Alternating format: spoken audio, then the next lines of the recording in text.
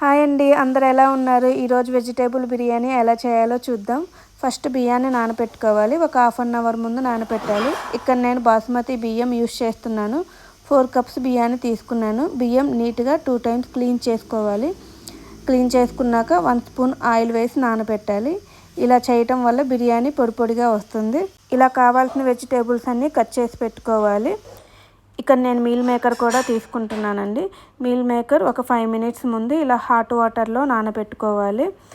Meal maker వేయటం వల్ల taste చాలా బాగుంటుంది అండ్ హెల్త్కి కూడా చాలా మంచిదండి. స్టవ్ ఆన్ చేసి అందులో ఫస్ట్ కొంచెం ఆయిల్, కొంచెం గీ వేసుకోవాలి. మొత్తం గీ అయినా వేసుకొని చేసుకోవచ్చు. నేను ఇలా 2 యూస్ చేస్తున్నాను. బిర్యానీ మసాలాలు వేసుకోవాలి. బిర్యానీ మసాలాలు బాగా వేగాక ఆనియన్స్, పచ్చిమిర్చి, కరివేపాకు వేసుకొని బాగా వేగనివ్వాలి.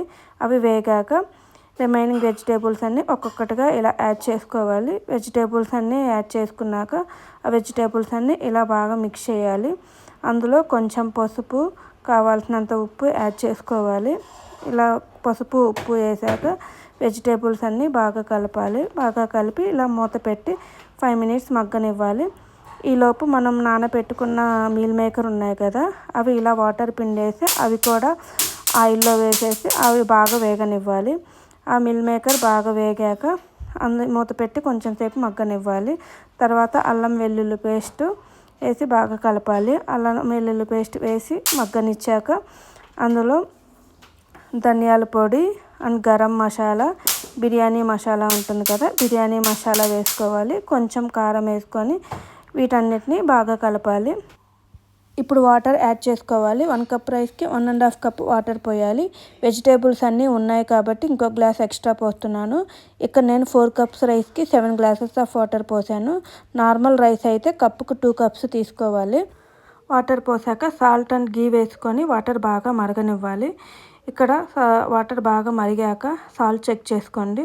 నాకైతే సాల్ట్ సరిపోయిందండి. ఒకవేళ సాల్ట్ సరిపోతే కొంచెం యాడ్ చేసుకోవాలి. ఇప్పుడు సాల్ట్ యాడ్ చేసుకున్నాక ఇప్పుడు మనం ముందుగా నానబెట్టుకున్న బాసుమతి బియ్యం ఉన్నాయి కదా, అవి మొత్తం అందులో మరిగిపోయిన వాటర్లో వేయాలి.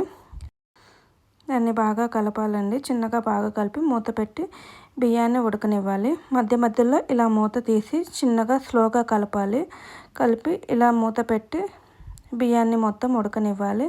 బియ్యం ఇక్కడ నాకైతే బిర్యానీ రెడీ అయిపోయిందండి. స్టవ్ సిమ్లో పెట్టేసి కొంచెం గీ అండ్ బిర్యానీ మసాలా స్ప్రింకిల్ చేస్తున్నాను. సిమ్లో 5 మినిట్స్ పెట్టి ఉడకనిచ్చి స్టవ్ కింద ఆపేసేయాలండి.